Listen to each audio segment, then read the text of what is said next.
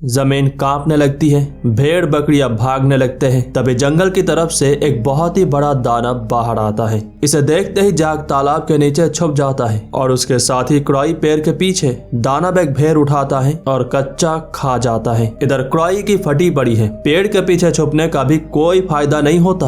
दानव उसकी गंध सूंघ लेता है, फिर पेड़ को उखाड़ कर फेंक देता है। क्रॉई अपनी जान बचाकर भागता है, लेकिन कोई फायदा नहीं होता। दानव दौड़ता हुआ आता है और अपने एक हाथ से ही से पिचका देता है। फिर सूंघ कर देखता है, आज तो बिरयानी बनाएंगे। इसे उठाकर ले जाने लगता है, पर तभी कमांडर एलमंड दानव पर हमला करने आते हैं, लेकिन दानव इसे एक लात में ही सुला देता है और फिर इन दोनों को उठाकर ले जाता है। जैक बस ये सारी घटनाएं देखता रह जाता है, लेकिन आखिर ये लोग दानव की दुनिया में क्या कर रहे हैं, जबकि ये दानव तो पलक झपकते ही उनके आगे भी ले सकता है और पीछे भी। ये जानने के लिए हमें जाना होगा कहानी में पीछे। शुरुआत होती है छोटे जैक को दिखाते हुए, जैसे उसके पिता जायंट्स की कहानी सुना रहे और दूसरी तरफ राजकुमारी इजाबेल को उसकी माताजी। इस कहानी में कुछ ऐसा होता है कि पादरियों को ईश्वर से मिलने की बहुत इच्छा होती है, इसीलिए वो जादुई बीज बनाते हैं। इससे इतने लंबे लंबे पेड़ उगते हैं जितने अफ्रीकन लोगों की हथियार भी नहीं है। इन पौधों के जरिए पादरी आसमान तक पहुंचने की कोशिश करते हैं, लेकिन पहुंच जाते हैं आसमान और धरती के बीच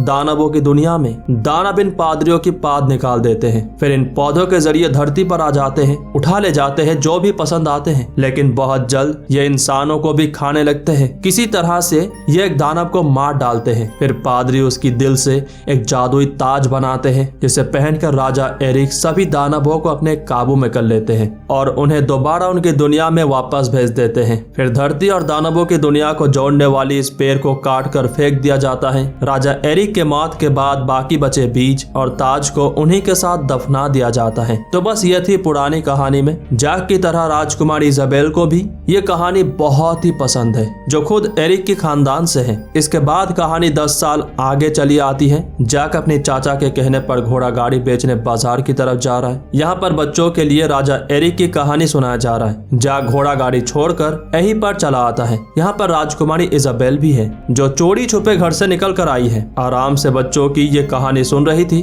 देख रही थी, लेकिन कुछ शराबी से परेशान करने लगते हैं। ओ छमिया, चलती क्या खंडाला, मिलकर करेंगे झिंगा लाला। जैक इन शराबियों को समझाने की कोशिश करता है कि ऐसे महिला को परेशान नहीं करते, लेकिन ये शराबी उससे ही मारने लगते हैं। तभी यहाँ पर शाही सैनिक आते हैं। उनके सामने सब झुक जाते हैं। जैक को अभी तक पता नहीं है, सबको झुकते देख यही सोच रहा होगा, अबे जलवा है हमरा, अच्छों की हिला देते हैं अपने हाथों से। लेकिन फिर पीछे मुड़कर देखता है शाही सैनिक खड़े हैं। इजाबेल शाही सैनिक के साथ चली जाती है। जैक को बहुत ही खुशी हो रही है कि उसने राजकुमारी की मदद की है। बाजार में देखता है सिर्फ उसकी घोड़ा तो है, लेकिन गाड़ी चोरी हो गई है। देखा लापरवाही का नतीजा। दूसरी तरफ हमें महल में राजा के सलाहकार रिक और उसके साथी विकी को दिखाया जाता है। रिक के साथ राजकुमारी इजाबेल की शादी फिक्स हुई है। जब इसे पता चलता है कि इजाबेल बिना सैनिक के बाहर गई थी, इसे कोई फर्क नहीं पड़ता। ये तो बस अपने खुराफाती आइडियाज को अंजाम देने के फिराक में है। महल की तहखाने की तरफ से एक पादरी आ रहा था, जो बहुत ही जल्दी में लग रहा है। रिक इस पर ज्यादा ध्यान नहीं देता, लेकिन अंदर आने के बाद देखता है उसकी खुफिया तहखाने के दरवाजे खुले हैं और अंदर की चीजें बिखरी हुई है। फौरन एक पुरानी किताब उठाता है, जिसके अंदर शायद कुछ छुपा हुआ था। रिक बहुत ही बेचैन हो जाता है, लेकिन फिर राजा एरिक की जादुई ताज देखकर उसकी बेचैन दिल को थोड़ी सी चैन आती है। इस ताज को उसने ही ट्री प्लांटर के अंदर छुपा कर रखा था और उस किताब के अंदर जादुई बीज को। इनके हिसाब से वो बीज पादरी लेकर भागा है। रिक पूरे महल के अंदर नाकाबंदी करवा देता है। यहाँ से निकलने वाले हर किसी की चेकिंग की जा रही है। पादरी अभी भी महल के अंदर ही है, समझ नहीं पा रहा कैसे भागे। इसी महल के अंदर इन सब घटनाओं से अनजान जैक घोड़ा बेचने की कोशिश कर रहा है। पादरी की नजर इस पे जाती है। जैक से घोड़ा खरीदना चाहता है 10 सिक्के में। काफी अच्छी डील है, लेकिन फिलहाल इसके पास पैसे नहीं है, तो ऑब्वियसली जैक उसे घोड़ा देना नहीं चाहता। तब पादरी इसे कहता है ये बीज अमानत के तौर पे उसके पास रखे, इसे प्रार्थना घर में पहुंचा दे और उसे उसके पैसे मिल जाएंगे। जैक को यकीन नहीं हो रहा, मन ही मन सोच रहा है बहन चोद हमें चूतिया मत बना। पादरी कहता है ये कोई नॉर्मल बीज नहीं है, ये जादुई बीज है और किसी भी हाल में इन्हें भीगने मत देना। जैक इन सब बीज को देखकर सोच में पड़ जाता है और तब तक पादरी उसकी घोड़ा लेकर चला जाता है। पादरी काफी कोशिश करता है भागने की, लेकिन सिपाही उसे पकड़ लेते हैं। इधर जैक को उसके अंकल बहुत ही खड़ी खोटी सुनाते हैं। घोड़ा गाड़ी बेचने भेजा था, गाड़ी तो खो दिया, घोड़े के बदले बीज लेकर आ गया। अंकल जी गुस्से में बीज को फेंक देते हैं। हालांकि जैक पूरा घटना समझाता है कि इन बीज को गिरजाघर में पहुंचाते ही उसे पैसे मिल जाएंगे, लेकिन उसके अंकल को पैसे अभी चाहिए घर की छत ठीक करने के लिए। पिता के मौत के बाद जैक अपने अंकल के साथ ही रहता है। फिलहाल पैसों के लिए वो अपने भाई की सामान बेचने जा रहा है। जैक इन फेंकी हुई बीज को उठाने की कोशिश कर रहा था, लेकिन इनमें से एक बीज नीचे चला जाता है, फर्श के नीचे। दूसरी तरफ राजा विलियम अपनी बेटी को डांट रहा होता है कि ऐसे बिना सैनिक के बाहर ना निकला करे। हालांकि वो चाहती है अपने प्रजा को समझना। ऐसे उनके बीच रहकर विलियम की उसे बार बार ऐसे टोकना अच्छा नहीं लगता। ऊपर से उसकी मर्जी के खिलाफ रिक के साथ उसकी शादी फिक्स करना जो उससे दोगुना उम्र का है। इन्हीं सब बातों से नाराज होकर इजाबेल अपने रास्ते चली जाती है। फिर रात होते ही महल से बाहर निकलने की कोशिश कर रही है। रिक उसे देखता है, लेकिन ज्यादा ध्यान देता नहीं है। सीधा तहखाने की तरफ आता है जहाँ पादरी को टॉर्चर किया जा रहा है, सब कुछ उगलवाने के लिए। लेकिन पादरी कुछ भी बताने से इनकार करता है। दरअसल इन्हें भनक लग चुकी है कि एरिक दानव को राजा एरिक की तरह कंट्रोल करना चाहता है, लेकिन इसके इरादे दानव के जरिए पूरी दुनिया पर राज करने के हैं। जब पादरी उसे कुछ भी नहीं बता रहा होता तो रिक इसे परमेश्वर के पास भेज देता है। अंधेरी रात है, तूफानी बारिश हो रही है। जैक दरवाजे पर अपने चाचा के इंतजार कर रहा है, वो अभी तक वापस नहीं लौटे। इसी अंधेरी रात में इजाबेल कहीं जा रही थी, लेकिन घोड़ा आगे जाने से हिचकिचाता है। इजाबेल को आसपास छोटा सा रोशनी नजर आता है और ये उसी तरफ बढ़ चलती है। जैक अपने चाचा के लिए बहुत परेशान है। उसे ढूंढने के लिए बाहर जाने ही वाला होता है कि तभी दरवाजे पे इजाबेल खड़ी होती है। वो अपनी पहचान बताने से इनकार करती है, बस बताती है इस बारिश में उसे पनाह चाहिए। हालांकि इजाबेल बहुत ही कोशिश कर रही है अपनी पहचान छुपाने की, लेकिन फिर भी जैक उसे पहचान लेता है। इधर पूरे छत से बारिश की पानी टपक रही है और ये बारिश की पानी फर्श के नीचे पड़ा हुआ इस जादुई बीज तक पहुंचने ही वाली है। ये दोनों एक दूसरे से बहुत ही अच्छे से बातें कर रहे हैं। जैक इजाबेल को अपनी फेवरेट किताब देता है जिसमें दानवों की कहानी है। तब तक बारिश की पानी बीज को टच कर चुका होता है। बीज में हलचल होना शुरू हो जाती है, वैसे ही जैसे तुम्हारी गर्लफ्रेंड के छूने से तुम्हारे अंदर होती है। पलक झपकते ही एक लंबा सा पेड़ बाहर आता है। घर के मलबे में इजाबेल फंस जाती है। जैक उसकी मदद करने की कोशिश करता है, लेकिन ये पौधे उसे बाहर फेंक देते हैं और फिर पूरे घर के साथ ये पौधा ऊपर की तरफ जाने लगता है। जैक बिना कुछ सोचे घर से लटक जाता है,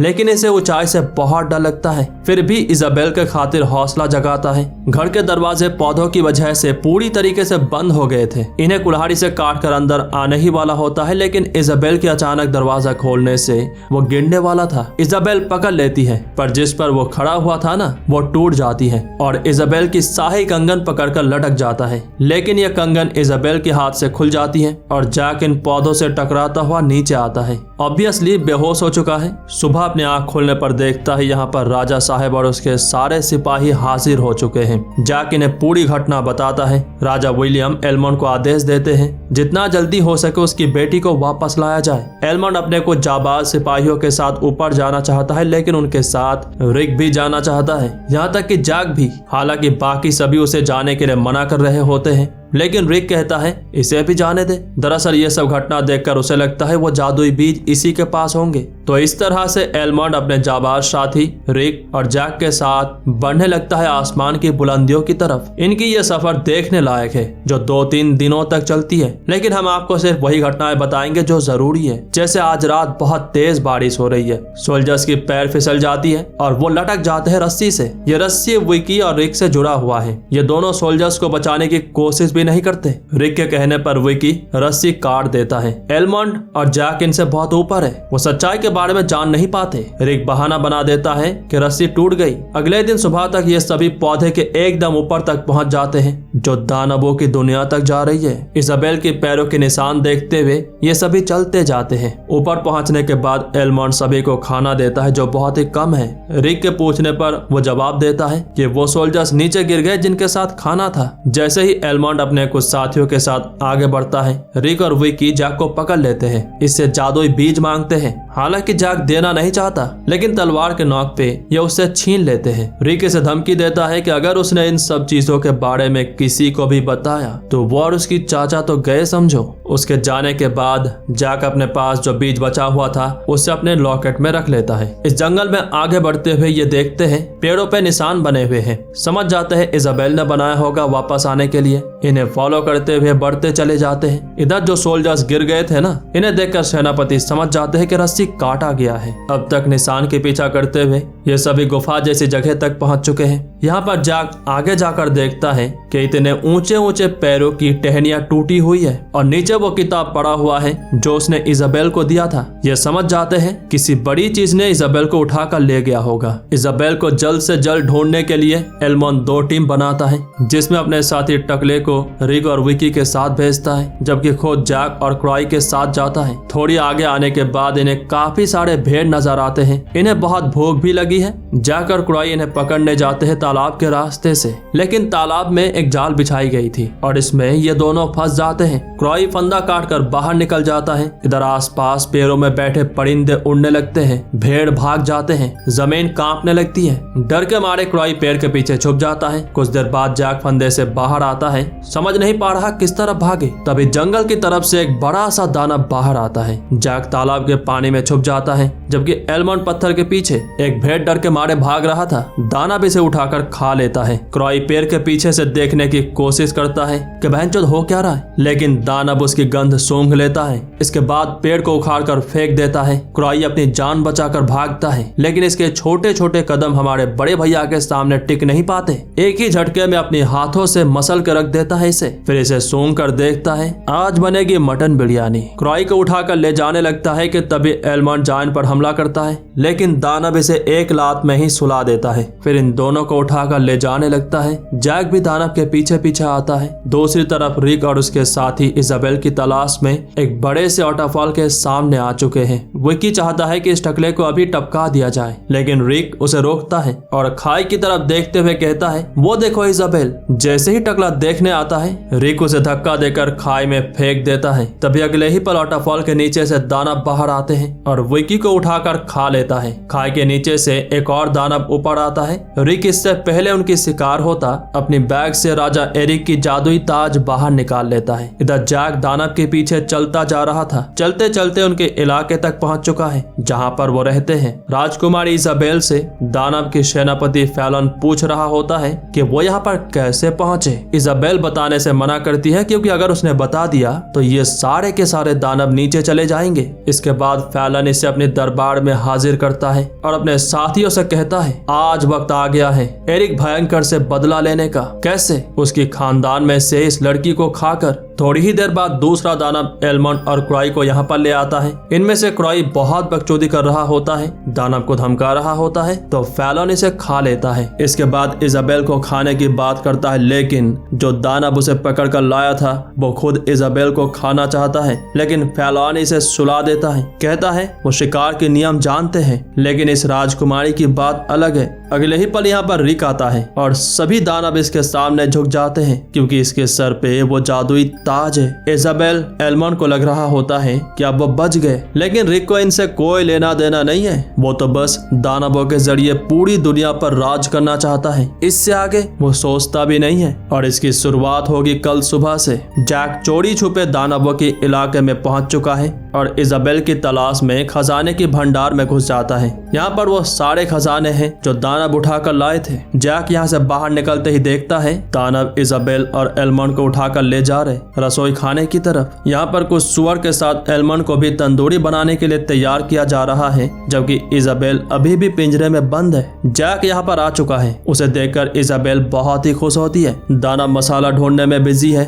और इधर जैक इजाबेल की पिंजरा खोलने की कोशिश करता है, लेकिन लगता है ये इसकी बस का नहीं है। इसके बाद एल्मोंड को छुड़ाने की कोशिश करता है, लेकिन दानव इन पर स्टिक लगाने आता है तो जैक पीछे छुप जाता है। एल्मोंड की किस्मत अच्छी है, स्टिक उसकी बॉडी पे नहीं पैरों के बीच लगाया जा जाता है। फिर दानव इसे उठाकर ओवन में डाल देता है। अब तक जैक रस्सी से ऊपर की तरफ जाता है, जबकि इधर दानव राजकुमारी को पकाने की तैयारी करता है। जैसे ही इस पर अपनी चाकू चलाने वाला होता है, जैक ऊपर से चाकू लेकर सीधा दानव की पीठ पर। इसकी तो वाट लग जाती है। चाकू निकालने के चक्कर में टकराता है सीधा दीवार से और चाकू घुस जाता है और भी अंदर, और ये दानव चला जाता है सीधा ऊपर। जैक को मिल जाता है दानव को मारने की खिताब। जैसा कि आप देख सकते हैं, एलमंड भी आजाद हो चुका है। इधर नीचे राजा विलियम और सेनापति एंटिन इस पेड़ को देखकर सोच रहे इसे काट दिया जाए या रहने दिया जाए। इन्हें डर होता है कहीं दानव नीचे ना आ जाए और काश इजाबेल और बाकी लोग जल्दी लौट आए। दूसरी तरफ रिक रसोई खाने में यह घटना देखकर फैसला करता है कि वह आज ही नीचे जाएंगे, लेकिन उनसे पहले नीचे कोई ना जाए, इसीलिए अपने एक दानव को नीचे जाने के रास्ते पर पहाड़ा देने के लिए कहता है। एलमंड क्राई की कब्ज को दफना देता है, उसके लिए प्रार्थना करता है, जबकि इधर जैक इजाबेल के जख्मों पर जड़ी बूटी लगाता है। इजाबेल बहुत ही उदास है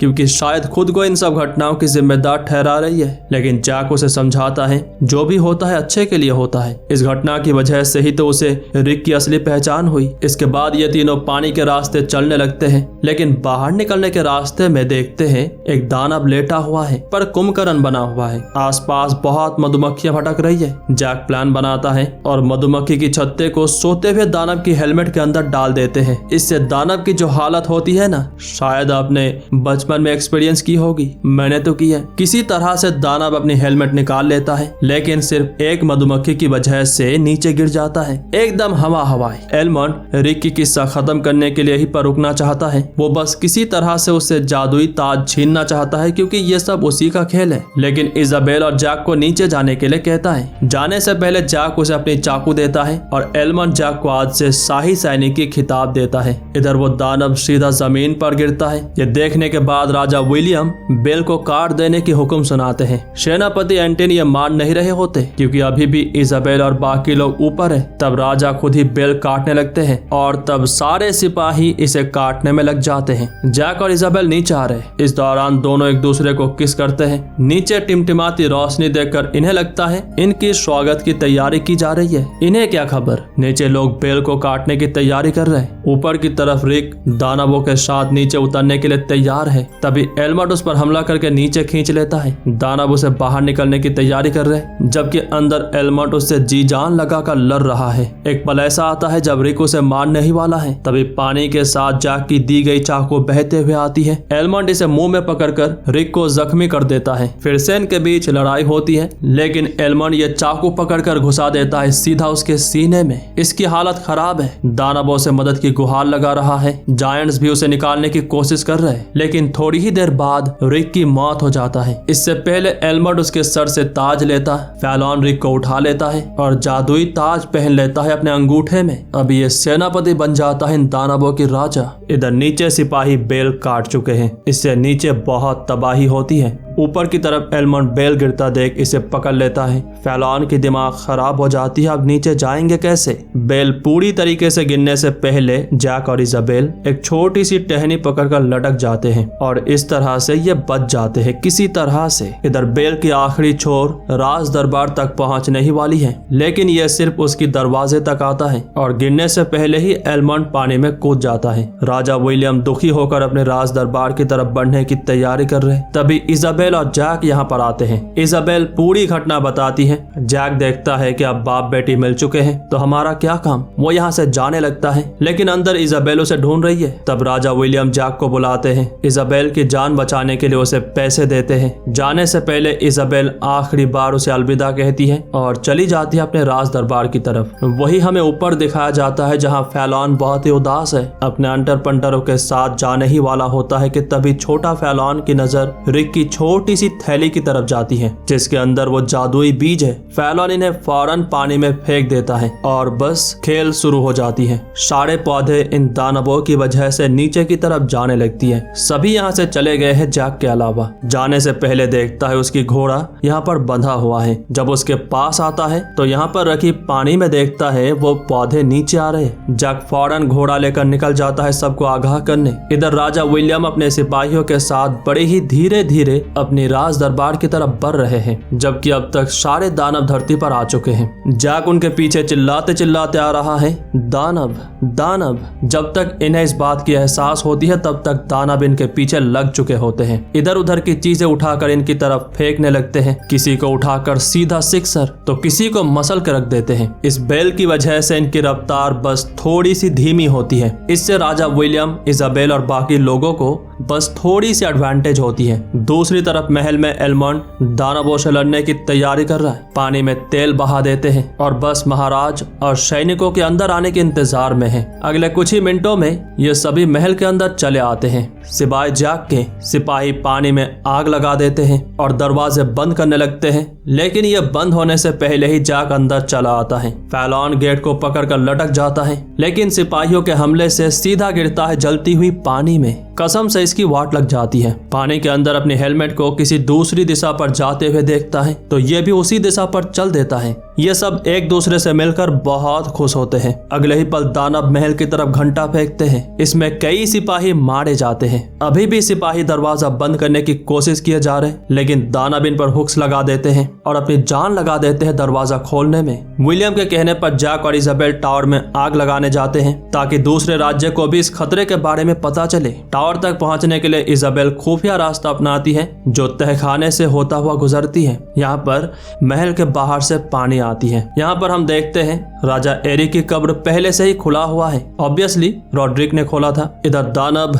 दरवाजा लगभग खोलने ही वाले हैं। इसे रोकने के लिए दोबारा रस्सी वाले हुक्स लगाते हैं, लेकिन अब दानव पैर उठाकर महल के अंदर फेंकने लगते हैं। इससे दरवाजे पर इनकी पकड़ काफी हद तक ढीली हो जाती है। तभी सिपाही मशीन से दानवों पर तीरों की बरसात करने लगते हैं, लेकिन एक दानव जिसका नाम है बो गुलेल से इनकी मशीन तबाह कर देता है। इजाबेल और जैक टावर की तरफ बढ़ रहे थे, पर तभी फर्श के नीचे से फैलॉन बाहर आता है। बड़ी मुश्किल से इजाबेल को पकड़ लेता है। जैक इसे मारने आता है, लेकिन छोटा फैलॉन इसे पकड़ लेता है। इसके बाद बिग फैलॉन इसे खाने ही वाला होता है, लेकिन जैक वो जादुई बीज जो उसके पास बचा हुआ था इसके मुंह में डाल देता है और बस इसके अंदर जाते ही खलबली शुरू हो जाती है। बीज अपनी जलवा दिखाना शुरू कर चुकी है। कुछ ही पलों में फैलॉन की चीथड़े उड़ जाते हैं। वो हाथ जिसमें जादुई ताज थी गिरता है सीधा जैक के पास। इधर बो की मोटिवेशन से, जैसे तुम्हें इंसान नहीं खाने हैं क्या, इस तरह की मोटिवेशन से दानव दरवाजा खोलने में कामयाब हो जाते हैं, लेकिन सिपाही अंदर लोहे की दरवाजा लगा देते हैं। पर ये लोहे की दरवाजे इन्हें रोक नहीं पाते।